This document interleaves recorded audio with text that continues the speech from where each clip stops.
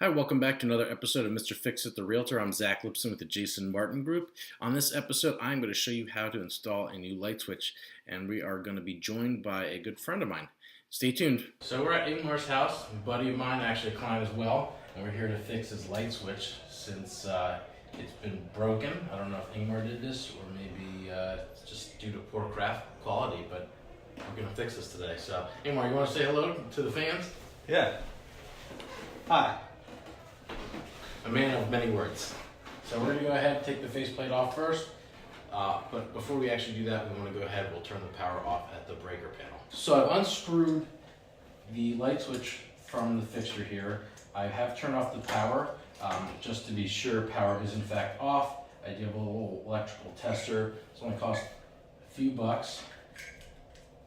Sometimes it gives you a false read, but it will go if it were working. So I've got the new light switch here that we're going to install. It does come with directions. You certainly can read them. I think it's advisable if you've never installed a light switch before that you do.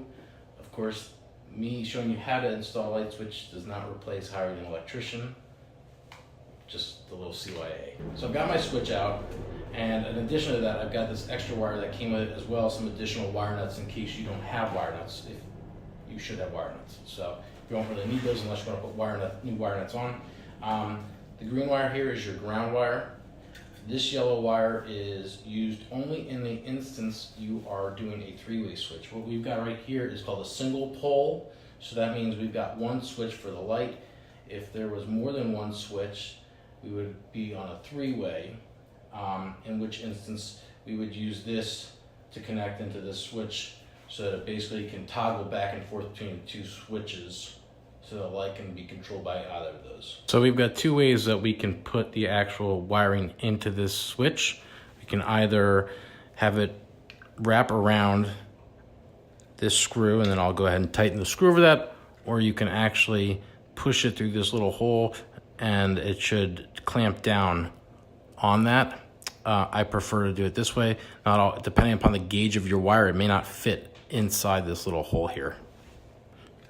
And you can see that basically our black wire is going to go to this one, and then our neutral wire is going to go to this. But again, read the directions, make sure you follow those so you wire it correctly.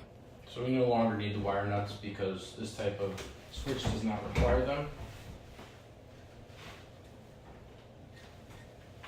I'm going to bend these little wires in the end so it wraps around the screw here. You can use a pair of pliers for that. So I'm going to go ahead and actually bend this wire a little bit. Doing it by hand is a little painful, not so efficient. I'll bend that just so that I can fit it right around here. Because of the age of the house, there is not actually a ground wire to connect to with the wiring, so we will ground it through to the actual fixture in the wall. I've gone ahead, I've actually put electrical tape I've wrapped around this as a extra precaution to prevent from any exposed wire. I'm going to make sure this works before I put it in the wall completely. I don't want to have to redo any steps again. So it works, turns on, turns off. At this point, all I have to do is screw it into the wall, and then I'll put our cover plate back on. So I've gone ahead and put on my new faceplate. You won't see any screws now with this new plate, which is also by the same maker as the maker of the switch itself, which is Lutron. Thanks for watching the latest episode of Mr. Fix-It the Realtor. I hope you found this to be helpful, and if you'd like to see more things like this, please be sure to subscribe to my YouTube channel where the link is shown down below.